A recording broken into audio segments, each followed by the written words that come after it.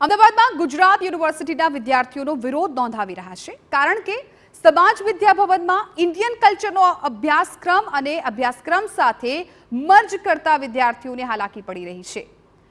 ચાલુ વર્ષે નવા પ્રવેશ મેળવેલા વિદ્યાર્થીઓનો દાવો છે કે સમાજ વિદ્યા ભવનમાં ચાલતા ઇન્ડિયન કલ્ચરનો અભ્યાસક્રમ અન્ય વિભાગ સાથે મર્જ કરી દેવામાં આવ્યો છે, જેથી વિદ્યાર્થીઓ મૂંઝવણમાં મુકાયા છે। ઇન્ડિયન કલ્ચર ડિપાર્ટમેન્ટમાં 25 જેટલા વિદ્યાર્થીઓ અભ્યાસ કરે છે।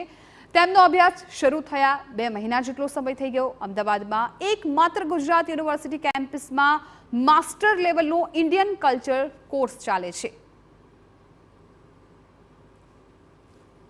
એડમિશન આપેલ હતા, જેની અંદર આટલા વિદ્યાર્થીઓ સામેલ હતા, બીજા અમુક અત્યારે હાજર નથી।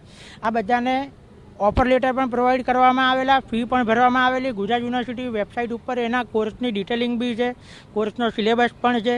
પણ 1 મહિનો એજ્યુકેશન લીધા પછી અચાનક જ અમને ઓર્ડર આપવામાં આવ્યો કે તમારો ડિપાર્ટમેન્ટ બદલાઈ ગયો છે, તમારો કોર્સ બંધ થઈ ગયો છે, તમને બીજા કોર્સમાં ટ્રાન્સફર કરવામાં આવ્યા છે, જેને કારણે અત્યારે અમારે બીજા ડિપાર્ટમેન્ટમાં જવાની ફરજ પડી છે। અત્યારે અમારું ફેકલ્ટી ચેન્જ કરવામાં આવી છે, તો પછી અમે બીએ કર્યું, અમે નેટની અને જીસેટની તૈયારીઓ 2 વર્ષથી કરી રહ્યા છીએ, તો અમારે આગળનું શું થશે? હવે અમારા ભવિષ્યમાં શું? અમે એ તૈયારી કરી એ નેટમાં કે એમાં પણ ઇન્ડિયન કલ્ચર એન્ડ સાયન્સ નથી, ઇન્ડિયન કલ્ચર જ છે, તો પછી અમારે શું કરવાનું? ઇન્ડિયન કલ્ચર એન્ડ સાયન્સ લઈએ તો પછી અમને કે અમારી કોઈ એલિજિબિલિટી નથી રહેતી, તો પછી અમારે ઇન્ડિયન કલ્ચરમાં જ રહેવું જોઈએ ને।